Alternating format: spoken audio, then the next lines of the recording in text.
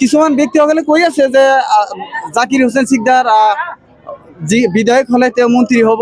আরে ভাই, মন্ত্রীর কথা বাদ দিয়ে আপনি একত্রে জিতি লোক না। মই ভাবো আমার মানুহখিনি আপাতত মানিটো মানুহখিনি কংগ্রেস কৰিব নালাগে।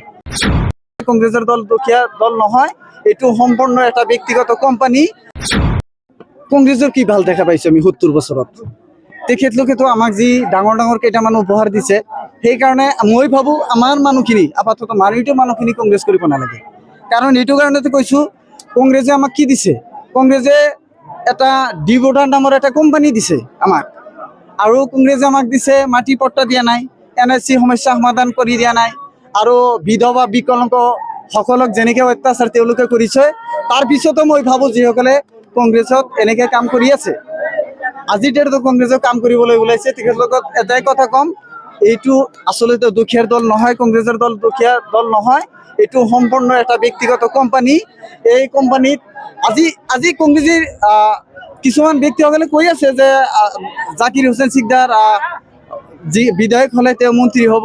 আরে ভাই, মন্ত্রীর কথা বাদ দিয়ে আপনি একত্রে জিতি লোক না, জিকি লোক। আজি আপনার যিটো পর্যায়ে আহিছে আপুনি দেখাই পাইছে, আজি এটা ওয়ার্ড মিটিংত কিমান মানুহ আহিছে। আজি আপোনালোকৰ এই পিঠাদীপ আমাৰ 2 নম্বৰ ওয়াৰ্ডেৰ কৰ্মকৰ্তাসকলে কি কাম কৰিছে আপুনি একবাৰ খবৰ লৈছে না বিধায়ক মহোদয়? আপুনি একবাৰ খবৰ লৈ চাওক।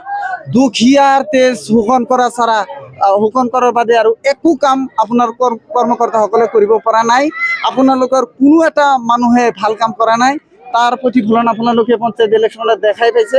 আপোনালোকৰ ভাগা ভাগা নেতা আমাৰ সাধাৰণ নিচিনা সৰু সৰু ল'ৰা, আমাৰ ৰাজনীতিকৰ বয়স হোৱা নাই, আমাৰ লগত হাৰিছে। এইটো কথাত আমি অনুমান কৰিব পাৰিছো যে আপোনালোকৰ দিন শেষ, এতিয়া আমাৰ দিন আৰম্ভ হ'ল।